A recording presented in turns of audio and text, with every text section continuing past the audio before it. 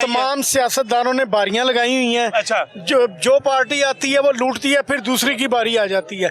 इन्होंने मुल्क हासिल किया था ला इलाहा इल्लल्लाह के नाम पे। ये ला इलाहा इल्लल्लाह का मतलब पहले समझें और इस मुल्क को लूटना बंद करें ताकि ये मुल्क बच जाए। ये मुल्क बचेगा तो फिर इलेक्शन भी हो जाएंगे, सब काम हो जाएंगे। ये खुदारा इन सियासतदानों से मैं कहता हूँ कि इस मुल्क को बचाएं, सबसे पहले इस मुल्क को बचाएं। ये अवाम जो है ये भूखी मर रही है, अवाम परेशान है। इनको अपने पैसे के ये कारोबार करते हैं, सियासत के नाम पे कारोबार करते हैं। इनको सिर्फ अपना कारोबार चमकाने की पड़ी हुई है। ये 4 करोड़ लगाते हैं और 20 करोड़ इकट्ठा करते हैं। ये सियासत के नाम पे कारोबार करते हैं।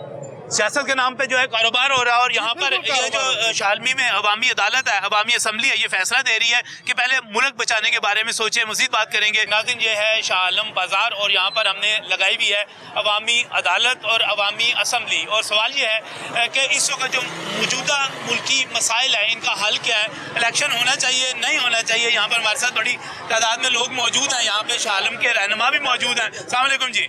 इलेक्शन होना, इमरान खान साहब कहते हैं इलेक्शन होना चाहिए फौरी तौर पर। इलेक्शन होना चाहिए, अभी नहीं होना चाहिए। पहले मुल्क बचाना चाहिए, पहले मुल्क बचाना चाहिए। ये अब इलेक्शन हुए तो उस बंदे ने मानना नहीं है, खान साहब ने मानना नहीं है, इंतजाज नहीं मानने।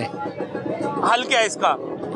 हल ये सारी असम्बलियों के इकट्ठे होने चाहिए। इतना पैसा नहीं है मुल्क पे, इतना पैसा। अच्छा, क्या होना चाहिए जी? इलेक्शन इस वक्त खान साहब कह रहे हैं इलेक्शन करवाएं और जी इलेक्शन से पहले ये मुल्क बचाएं और मुल्क को लूटना बंद करें। ये सियासतदान जो लूटते हैं ना, ये लूटना बंद करें। खुदारा ये मुल्क बचा लें किसी तरह, क्योंकि ये डिफॉल्ट ना कर जाए कहीं। इसीलिए मैं कहता हूँ कि ये सियासतदान जो हैं ये मुल्क को पहले बचाएं, इलेक्शन बाद में होने चाहिए। नहीं तो इलेक्शन से मुल्क नहीं बचेगा। पहले कहते हैं इलेक्शन ना। नहीं जी, ये इलेक्शन में ये अपना मंजन बेचते हैं, ये मंजन बेचते हैं। ये सब लोग, ये तमाम सियासतदान अपना मंजन बेचते हैं और आवाम जो है ये बोली बाली है, ये उनका मंजन खरीदती है।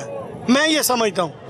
तो अगर इलेक्शन नहीं हुए तो फिर ये मौजूदा सेटअप भी चलता रहे। किस तरह क्या करें? क्या ये कुछ समझ वाली बात नहीं आती जी सर। उसमें देखें, ये मौजूदा सेटअप जो चल रहा है इसमें आया इनसे मुराद वापस ले ली जाए।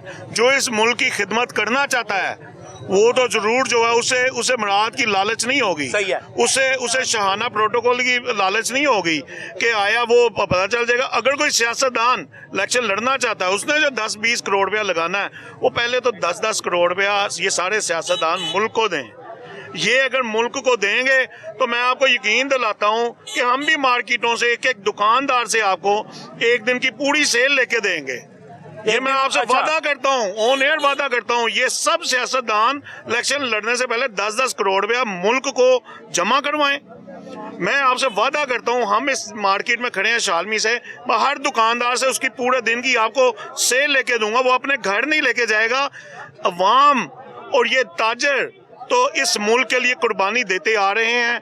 टैक्स के नाम पे दें, या कि यहाँ जो है जो इंतजामिया आके तंग करती है उसके नाम पे दें। ये तो देते आ रहे हैं और आज भी ये मुल्क के लिए देंगे। मुल्क के लिए जो है कुर्बानी यहाँ पर देते रहेंगे। और क्या होना चाहिए जी? इलेक्शन होने चाहिए, नहीं होने चाहिए? इलेक्शन तो जो है वो सारे कह रहे हैं, आपको भी, कि पहले मुल्क जो है ना बचाना चाहिए। मुल्क बचाना चाहिए तो पहले। उसके बाद जो है फिर इंसान जो है जो मर्जी करे। उसके जैसे बाद पहले करते रहे हैं ये, जो अब तक अवाम ने तो नहीं ना ये किया, जिस पोजीशन पे आगे खड़ा कर दिया है इन्होंने, वो तो यही करते हैं ना। तो इनको चाहिए कि जो अब मुल्क का सोच लें, अवाम का सोच लें। खुदाया अपनी जो है वो को थोड़ी बहुत ही बची हुई है उसको बचा लें। जो बचा हुआ मुल्क जो बचा हुआ है थोड़ा सा उसको बचा लें। यहाँ पर जी रावलपिंडी में पाकिस्तान के 56 चैम्बर्स का एक ग्रैंड इजलास हुआ था। अच्छा। उसमें उन्होंने गवर्नमेंट ने से ये कहा था कि आप मिसाके जमहूरियत के बजाय मिसाके मैशत को करें। ताजर कम्युनिटी और ट्रेडर कम्युनिटी इलेक्शंस को किसी चीज़ को सपोर्ट नहीं करती। मुल्क है तो सब कुछ है, लेकिन बात यह इस वक्त जो मैशत का हाल है कि पाकिस्तान बिल्कुल इस वक्त 3 अरब के करीब हमारे डॉलर के रिजर्व्स हैं और हमारा कराची पोर्ट पे 7,000 से ज़्यादा कंटेनर खड़ा हुआ है। रॉ मटीरियल मटेरियल उसमें शामिल है, डेली कंज्यूमर आइटम्स उसमें शामिल हैं, क्योंकि हम लोग इंपोर्ट बेस इकॉनमी है। इससे ये हो रहा है कि वो रिलीज़ नहीं हो रहे, गवर्नमेंट के पास डॉलर नहीं है उनको रिलीज़ करवाने के लिए, जिसकी वजह से ना सारा एक जो है ना एक डेड लॉक सा मार्केटों में हुआ है। समझ नहीं आ रही कि हम जा किस तरफ रहे हैं। वो रॉ मटेरियल रिलीज़ होगा तो हमारी कॉटेज इंडस्ट्री, एसएमई सेक्टर चलेगा, और इससे ये हो रहा है कि यूनिट बंद हो रहे हैं, बेरोज़गारी बढ़ रही है। गवर्नमेंट से और अपोजिशन दोनों से रिक्वेस्ट है, खुदा के लिए 75 साल से जो पाकिस्तान के साथ मामलात हो रहे हैं उनको समेटें और इस कौम की और इस मुल्क का सोचें कि ये मुल्क है तो हमारी सियासत भी है, हमारी मईशत भी है। तो अब हम बिल्कुल, वो कहते हैं ना पानी हमारे नाक के ऊपर तक आ गया हुआ है, तो हम डूबने से पहले ये है कि इस मुल्क को रेस्क्यू कर लेंगे। बिल्कुल, डूबने से पहले मसला ये है कि अब इस मुल्क में जो मिडिल क्लास है ना वो ख़त्म हो गई है। सिर्फ 2 क्यूज रह गई हैं, एक क्यू टिम होटल के बाहर लगी हुई है और एक यूटिलिटी स्टोर पे लगी हुई है, बीच में कोई क्यू नहीं है। अभी वो कल फ्रेंचाइज का इफ्तिताह हुआ है कैनेडी का, तो वो जाके देखे, एक क्यू वहाँ पे है और एक क्यू वो बेचारा जो आटे की लाइन में लगा हुआ है। मिडिल क्लास यहाँ पर जो है मिडिल क्लास जो है वो खत्म होगी और असल मसला जो है मईशत का है। यहाँ पर हमारे दोस्त मौजूद ना पड़े, इलेक्शन होने चाहिए नहीं होने चाहिए? अस्सलाम वालेकुम सर जी, इलेक्शन होने चाहिए, लेकिन उसके पहले ये सोचना चाहिए कि जो भी हुक्मरान आए उसको ये कम से कम लो लेवल पर से शुरू होना चाहिए कि एक मजदूर जिसके 4 या 5 बच्चे हैं वो 1000 रुपया डेली का बमुश्किल कमाता है, वो उसमें अपने बच्चों को अच्छी क्वालिफिकेशन नहीं दिला सकता, अच्छा खाना नहीं खिला सकता, अच्छी ड्रेसिंग नहीं दिला सकता, वो क्या करेगा? जिस मुल्क का मजदूर खुशहाल नहीं है वो मुल्क तो एक दफ़ा लंगड़ा लूला हो गया। जो एक बैसाखी का सहारा लेकर आदमी को चलना नहीं आता, उससे कहेंगे आपकी नजर में सर जी हल ये है इलेक्शन होने चाहिए, इलेक्शन होने चाहिए होंगे तो जाहिर बात है कि जो हुकूमत सीट के ऊपर बरकरार होगी उससे कम से कम उसका गिरेबान पकड़कर हम ये तो पूछ सकते हैं ना कि भाई तूने ये काम कैसे किया? तू उस वक्त तो कस्में खाता था कि मैं आपके अवाम का ख्याल रखूंगा, आपके अवाम के साथ हूँ, ठीक है, आपके दुख दर्द का साथी हूँ। अब हमारे दुख दर्द बांटने वाला कौन है? हम तो सवाए अल्लाह की ज़ात के आगे तो नहीं ना रो सकते। जो भी आता है इस मुल्क को खाता है और चला जाता है, कोई भी अवाम के बारे में नहीं सोचता।